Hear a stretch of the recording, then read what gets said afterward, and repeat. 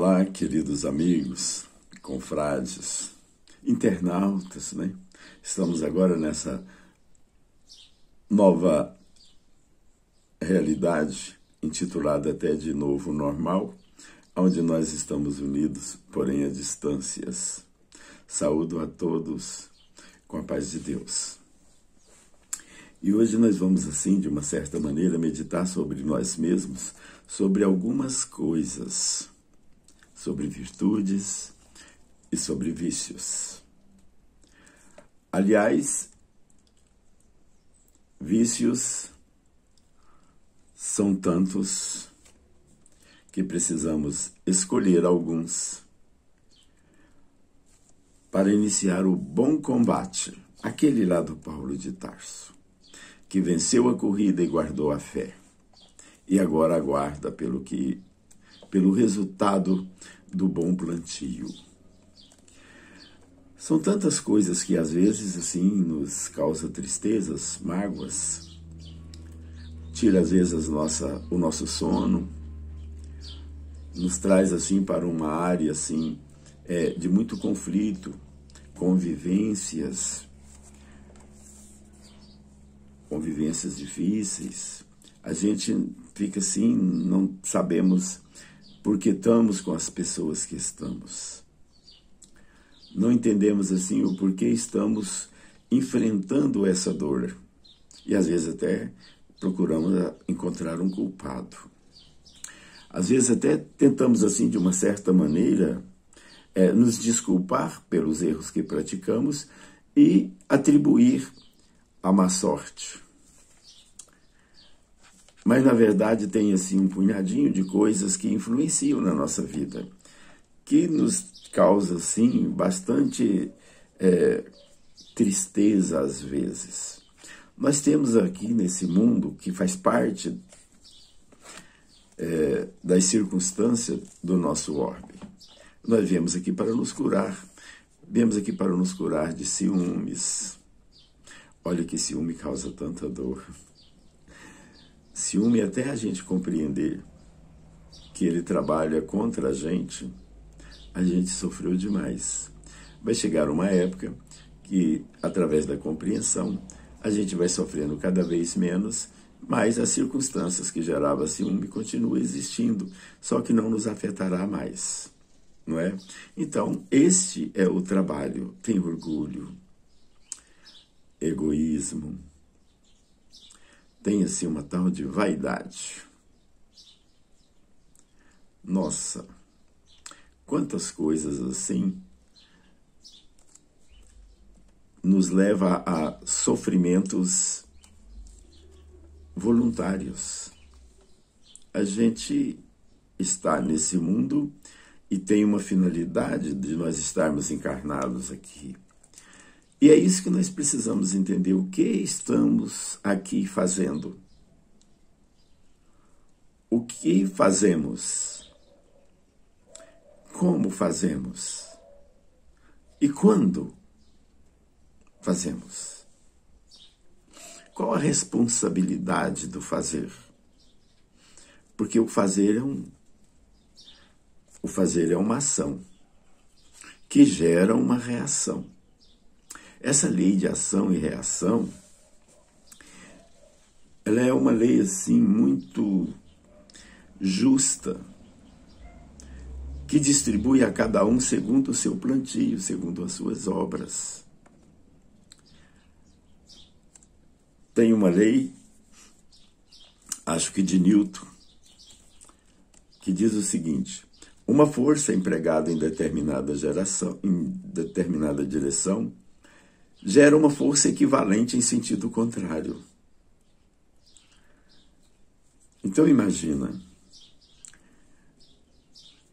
o mal ou o bem que fizermos vai ter um efeito de retorno.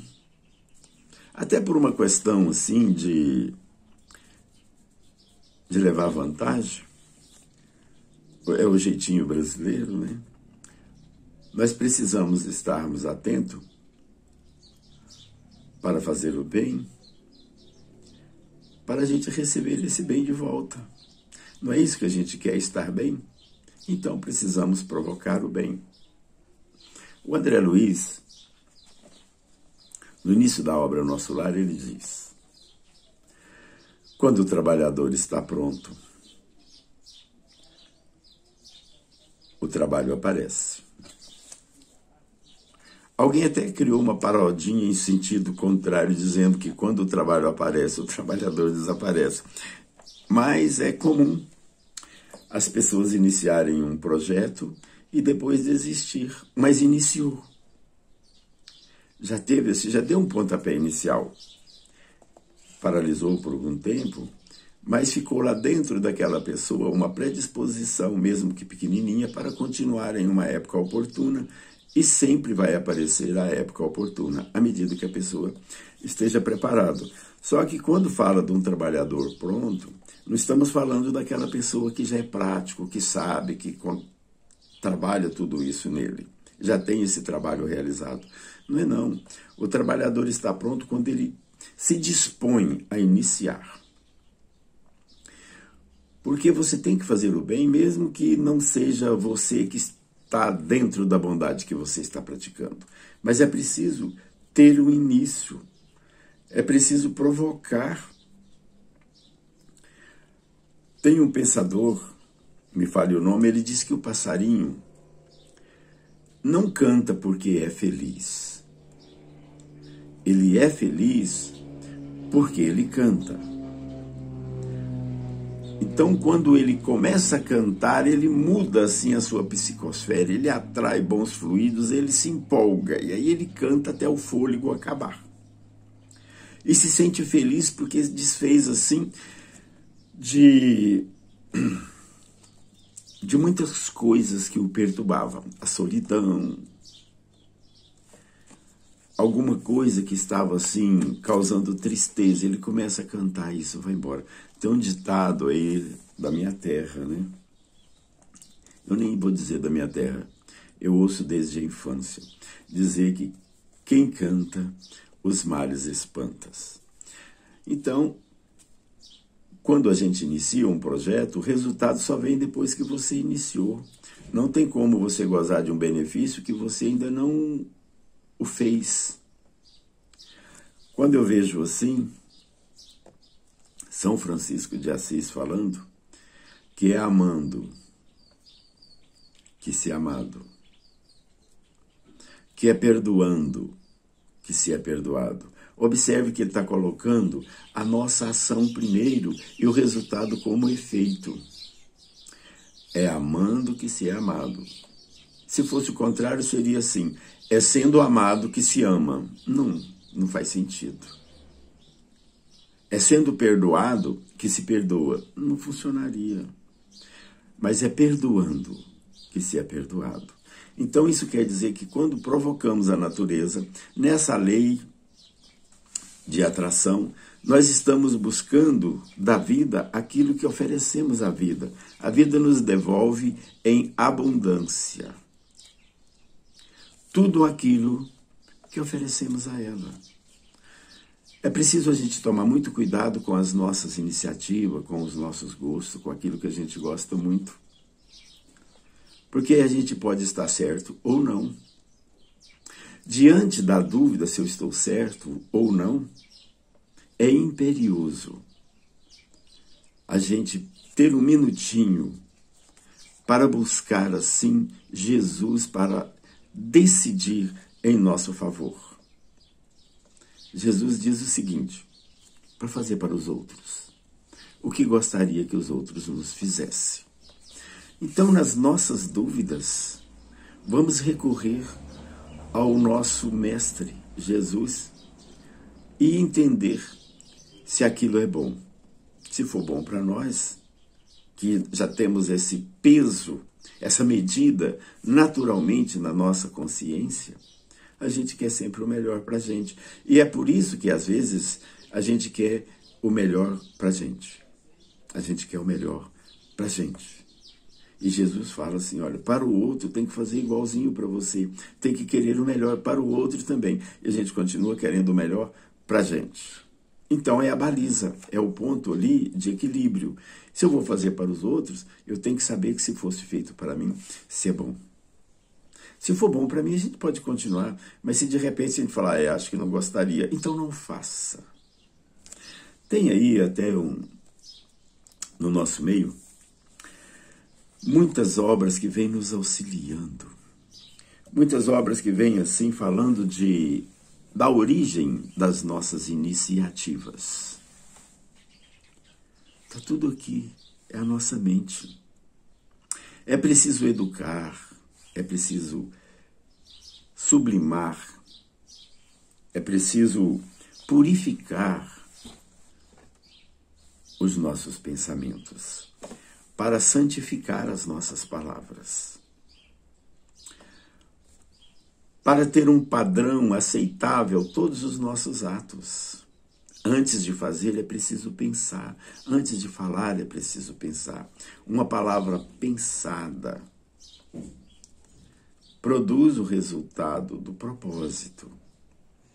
Mas às vezes o seu propósito é bom, mas se você não pensou, você pode estar assim causando uma enorme ferida na pessoa que ouve, que é endereçada a essa observação. Então, ao falarmos, é preciso pensar. Vamos pensar primeiro, porque às vezes esse pensamento que surgiu da gente pronunciar essa palavra pode não ser nosso. E às vezes a gente é tão rápido na nossa manifestação que a gente fala sem pensar e sem perceber. Tanto é que a pessoa fala, o que eu fiz?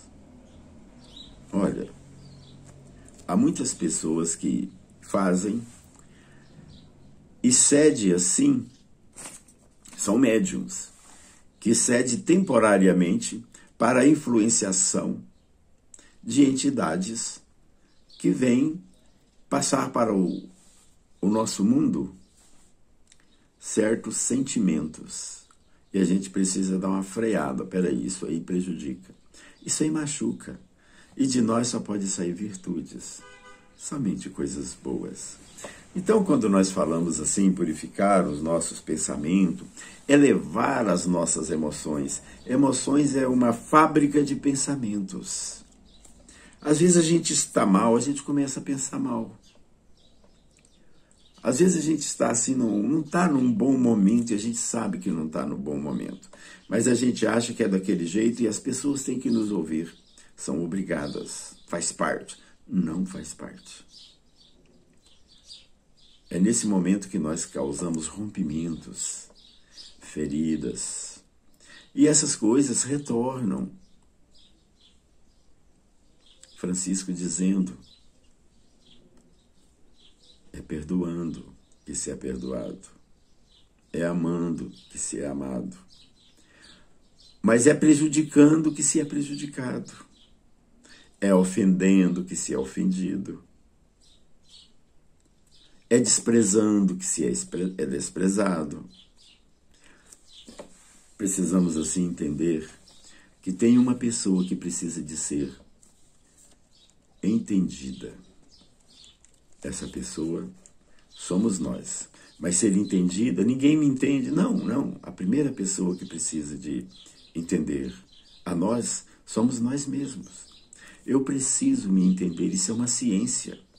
A ciência de entender a si mesmo.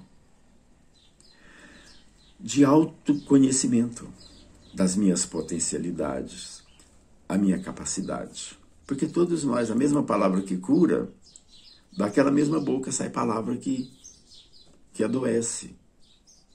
E é disso que nós estamos assim, nesse momento, meditando a respeito de nós. Quem somos nós nessa caminhada? Quem estão conosco? Será se essas pessoas estão nos magoando? Porque Deus, na sua infinita justiça, quer ver a gente magoado?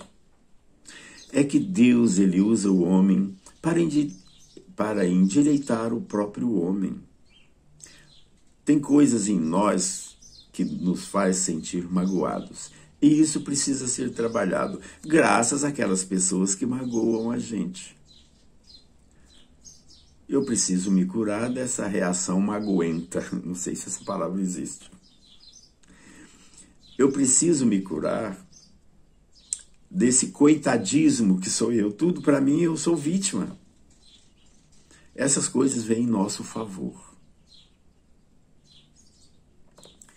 Se eu fiquei magoado, eu não preciso ficar pensando no outro porque ele me magoou. Mas eu preciso pensar em mim porque fiquei magoado. Alguma coisa, alguma conclusão eu irei chegar dessa autorreflexão. Eu estou ficando magoado por quê? Essa pessoa falou isso. E isso que essa pessoa falou é verdade? O pior, cara, é que não é verdade. Ela mentiu a meu respeito. Então, se é mentira, a gente já sabe que essa pessoa mentiu porque falou de nós e nós sabemos se somos autores, se aquilo é verdade. Se imediatamente vimos que não é verdade, ao invés de odiar essa pessoa e guardar mágoa, a gente tem que compreender essa pessoa e perdoá-la para ser perdoado. Perdoá-la para não carregar as mágoas. Compreendê-la para poder ajudar. Quem julga, quem condena, não tem tempo para amar, não tem tempo para servir. A Madre Teresa tem uma frase linda, ela diz que as mãos que ajudam são mais sagradas que a boca que reza. Eu achei assim extraordinário essa colocação da Madre Teresa. Então vejamos, por que a gente vai ficar ofendido com uma pessoa que está desarmonizada, que não sabe o que fala? E ainda falou de nós, melhor ter falado de nós. Agora eu vou ver se realmente eu estou causando essa impressão também a outras pessoas. Porque se eu for ficar magoado, essa mágoa ela não fica só em mim, ela me envolve. E eu encho de mágoa. Aí vem Jesus falando assim, olha, porque a vossa boca fala daquilo que o coração está cheio. A pessoa que falam coisas boas, ele tira essas coisas da bondade que tem no seu coração. E as pessoas más buscam essas maldades no mau tesouro que está dentro do coração. Então nós precisamos fazer assim, eu tenho vícios. Mas a gente também tem virtude. Só que todos eles, tanto o vício quanto a virtude, eles estão assim à nossa disposição. Nós é que vamos fazer opção se vamos alimentar mais as virtudes ou se vamos alimentar mais os nossos vícios, os nossos defeitos.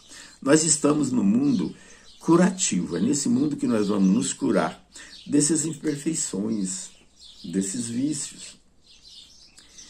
O ciumento vai ter sempre assim uma oportunidade de trabalhar o seu ciúme. E a pessoa tem ciúme, não é só ciúme de um companheiro ou companheira em relacionamento, de casamento. A pessoa tem ciúme de tudo, a pessoa tem ciúme de filhos, tem ciúme de amigos, tem ciúme de qualquer coisa, a pessoa já fica assim, sabe, se colocando numa condição de sofrimento. A vaidade, a pessoa fica naquela assim, aí vem os salmistas, atribuem até o Salmo 23 ao rei Davi, que uma vez encurralado por um outro rei lá inimigo, ele então pronunciou esse Salmo 23, demonstrando uma fé gigante. Ele falou assim, o Senhor irá preparar diante de mim um banquete, diante dos meus inimigos. Entendemos que banquete é uma mesa farta, aonde nós vamos alimentar. Mas os inimigos estão olhando de lá, e com fome. Quem são os nossos verdadeiros inimigos? Nós estamos falando deles. São os nossos vícios, os nossos defeitos. E esse banquete não é representado por um banquete de carne assada e bolos, etc, etc.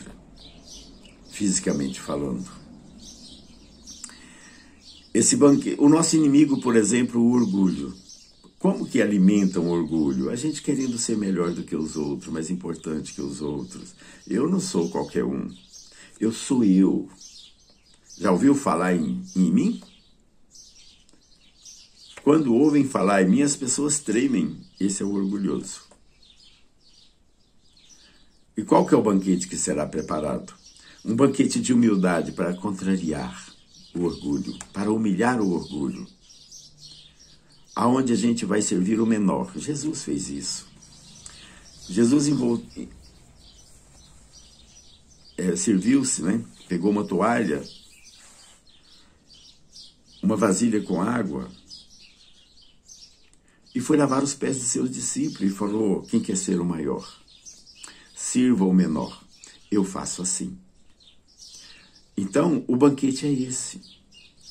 Mesmo eu com aquela vontade de querer ser mais importante do que o outro, eu vou lá lavar o pé dele.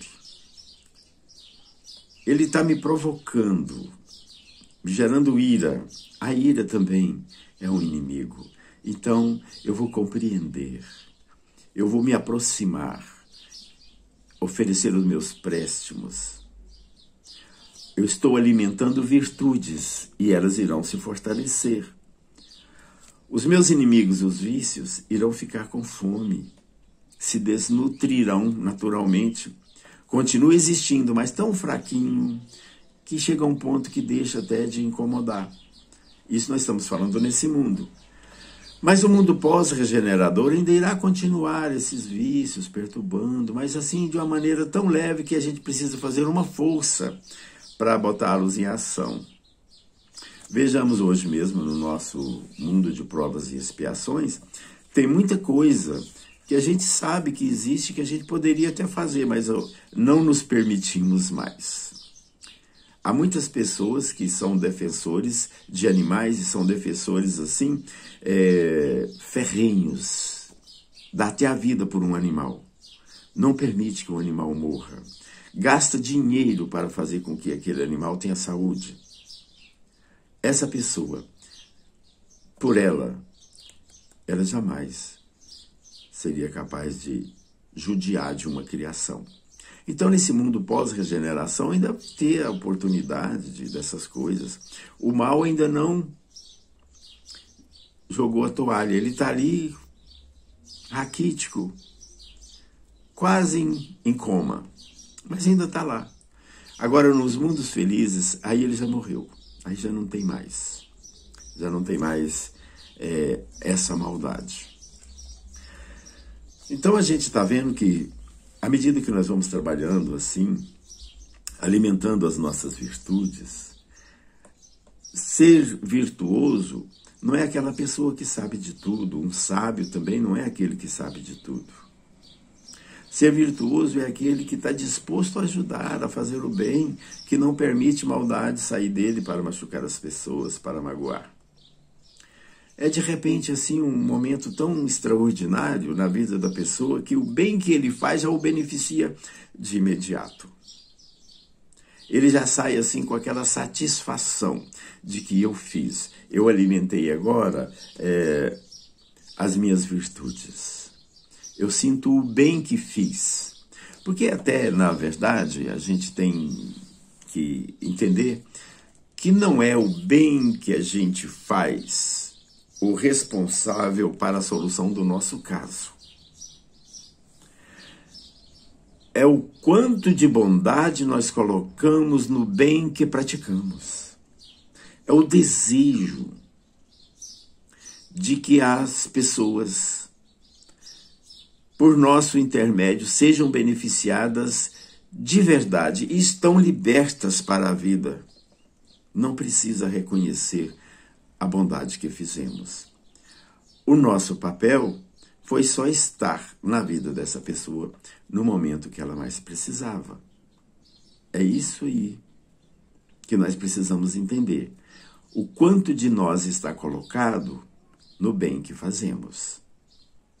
Aí sim faz a diferença, porque eu faço bem e já estou imune para mesmo até uma ingratidão.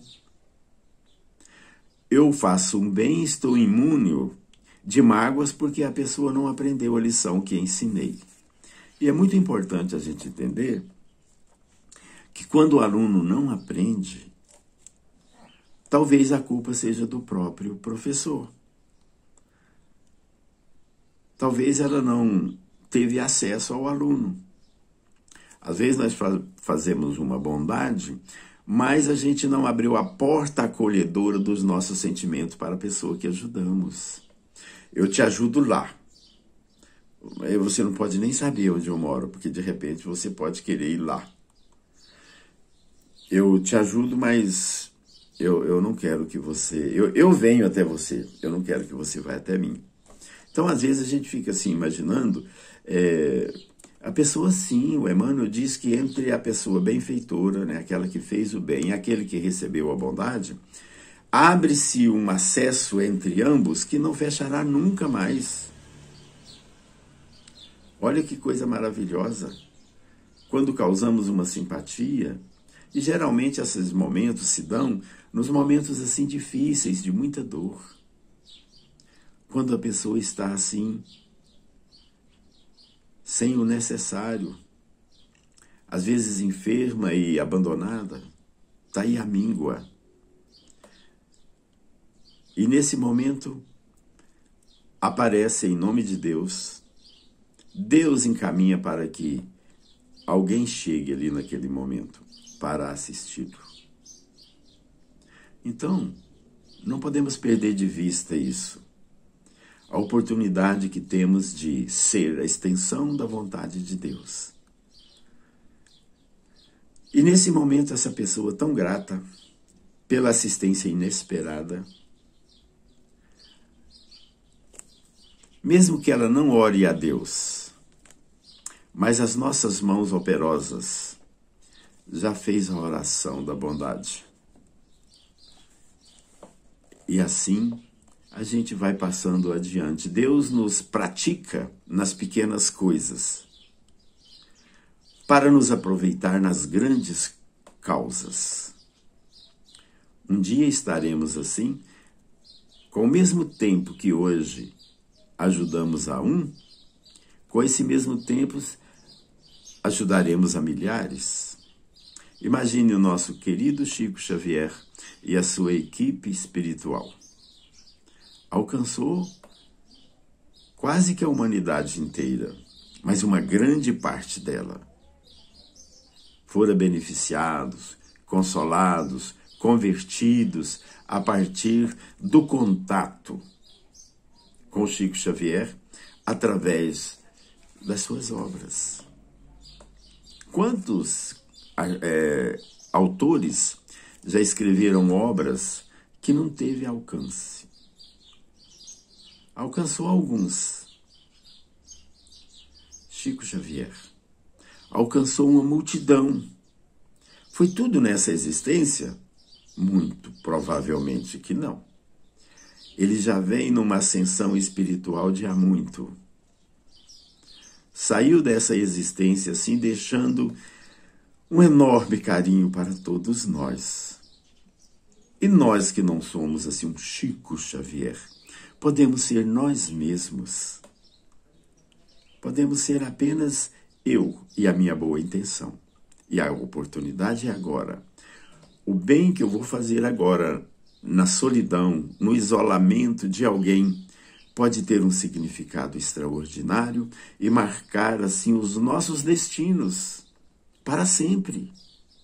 É nesse momento que nasce assim a amizade sincera, o reconhecimento. Vejam bem, meus irmãos, nós estamos diante da vida para nos equacionar, nos fiscalizar. Precisamos, assim, então, fazer uma triagem em nós mesmos. Recomendação na questão 919A, falando da análise que ele fazia, Santo Agostinho, todos os dias ao dormir. Passava o dia todinho em revista para saber se ele não prejudicou ninguém, se ele não magoou, não é? Ou para corrigir isso, se desculpando, ou para se preparar para não cometer mais o mesmo equívoco. E mesmo assim a gente, já com conhecimento de causa, sabendo que não pode fazer, que não quer fazer, mas a gente ainda faz até sem querer. E sabendo, e com reconhecimento. Depois até a pessoa ainda pronuncia assim uma sentença. Eu sabia que não devia fazer e fiz. Aí agora a consciência começa a cobrar. A consciência começa a cobrar. E a consciência de quem fez um mal maior, que não tem o conhecimento que já temos, a consciência dele não cobra. Há muito é cobrado daquele que muito recebeu. E nós precisamos entender que recebemos muito. Essa lição de que somos todos filhos de um mesmo Pai, que a gente não morre nunca, que a vida continua, que o bem retorna e que nós precisamos, assim, curar o mundo com a bondade que tem em nós. Nós temos que ser o elemento que nós queríamos ver na sociedade.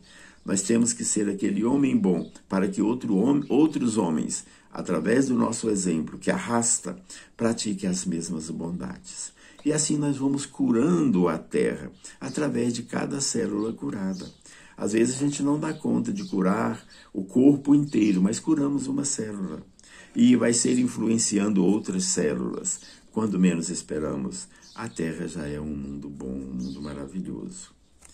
Meus queridos amigos, eu peço nesse momento assim a cada um de nós que tenhamos um momentinho para refletir sobre nós mesmos.